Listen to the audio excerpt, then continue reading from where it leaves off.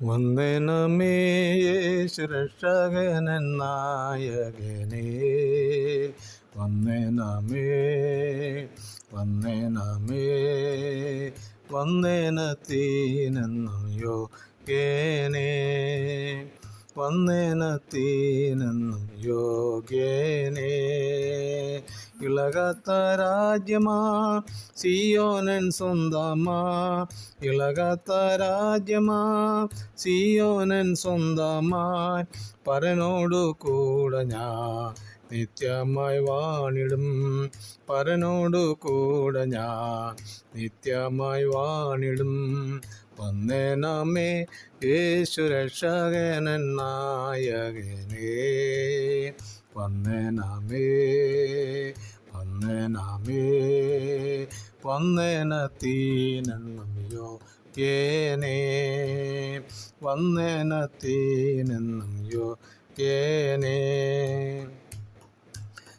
പാരങ്ങൾ തീർന്നു ഞാൻ ആനന്ദിച്ചിടുവാൻ, പാരങ്ങൾ തീർന്നു ഞാൻ ആനന്ദിച്ചിടുവാൻ, പാരങ്ങൾ തീർത്തയൻ കാരുണ്യവാരിതേ, പാരങ്ങൾ തീർത്തയൻ കാരുണ്യവാരിതേ. വന്ദനമേ യേശുരക്ഷകനൻ നായകനേ, വന്ദനമേ വന്ദനമേ വന്ദനത്തിനെന്നും യോഗ്യനേ, വന്ദനത്തിനെന്നും യോഗ്യനേ.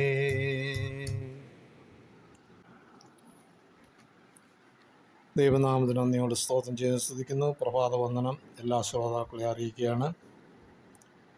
ഇന്നത്തെ നമ്മുടെ ചിന്തയ്ക്ക് വേണ്ടി എബ്രായ ലേഖനം 12-ാം അധ്യായം അതിൻ്റെ 28-ാമത്തെ വാക്യം ആസ്പദമാക്കിയാണ് ചില കാര്യങ്ങൾ ഓർപ്പിക്കാൻ ആഗ്രഹിക്കുന്നത്. ആകയാൽ ഇളകാത്ത രാജ്യം പ്രാപിക്കുന്നതുകൊണ്ട് നാം നന്ദിയുള്ളവരായി ദൈവത്തിന് പ്രസാദം വരുമാറ് ഭക്തിയോടും ഭയത്തോടും കൂടെ സേവ ചെയ്യുക. നമ്മുടെ ദൈവം ദയിപ്പിക്കുന്ന നീയല്ലോ. ലോകത്തിലുള്ള സകലത്തിനും ഇളക്കം സംഭവിക്കും. അത് സംഭവിച്ചും കൊണ്ടിരിക്കുന്നു. അമേരിക്കയിൽ ന്യൂയോർക്കിൽ തലയുയർത്തിയിരുന്ന വേൾഡ് ട്രേഡ് സെൻറ്റർ അതിൻ്റെ നിർമ്മാണ സമയത്ത് ഉത്തരവാദിത്തപ്പെട്ടവർ പറഞ്ഞത് ഭൂമിയുള്ള കാലത്തോളം ഇതിന് ഇളക്കം സംഭവിക്കില്ല.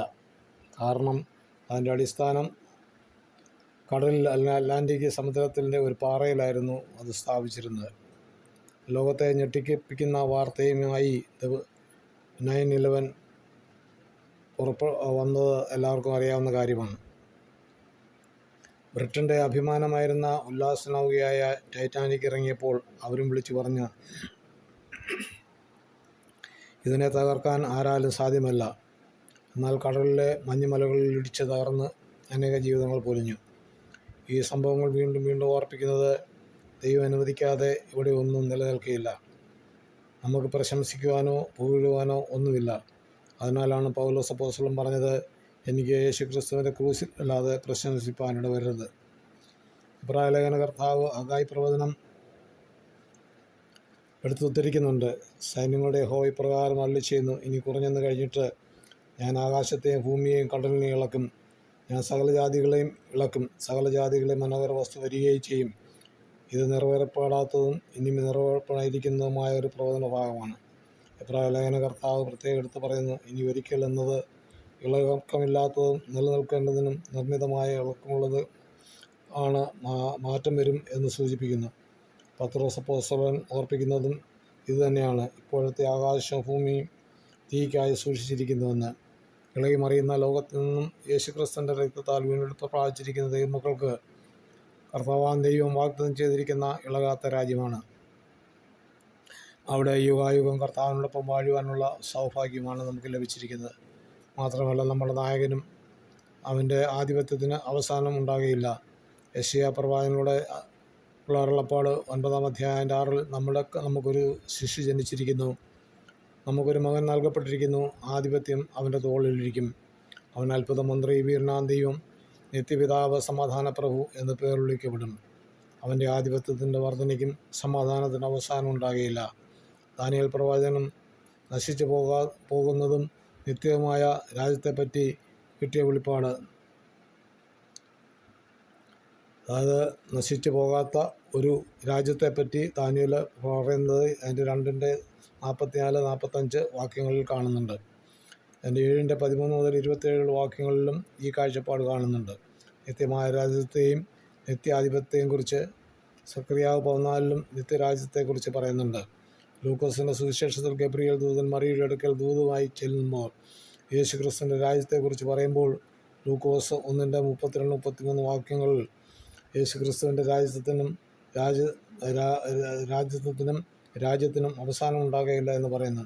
വെളിപ്പാട് 22:5-ലും എന്നേക്കും രാജാവായിരിക്കും എന്ന് കാണുന്നു. ഈ ലോകത്തിൻ്റെ ഭരണഘടനകളെല്ലാം അസ്ഥിരമാണ്. ഇതൊക്കെ മാറി മറിഞ്ഞുകൊണ്ടിരിക്കും. ഇതിനൊന്നും നിത്യമായതല്ല. എത്ര ശക്തന്മാരായ ഭരണാധികാരികളായിരുന്നാലും എല്ലാം തകർന്നടിയും. മഹാനായ അലക്സാണ്ടർ, ഹിറ്റ്ലർ, മുസോളിനി, മറ്റ് രാജാക്കന്മാർ, നീറോ, ഡൊമേഷ്യൻ, സദാം ഹുസൈൻ, ഇഡി അമീൻ എന്ന് വേണ്ട ഇവരൊക്കെയും രാജ്യങ്ങളെ കിടുകിട വിറപ്പിച്ചവരാണെങ്കിലും എല്ലാം തകർന്നടിഞ്ഞ് അവർ മൺമറഞ്ഞു.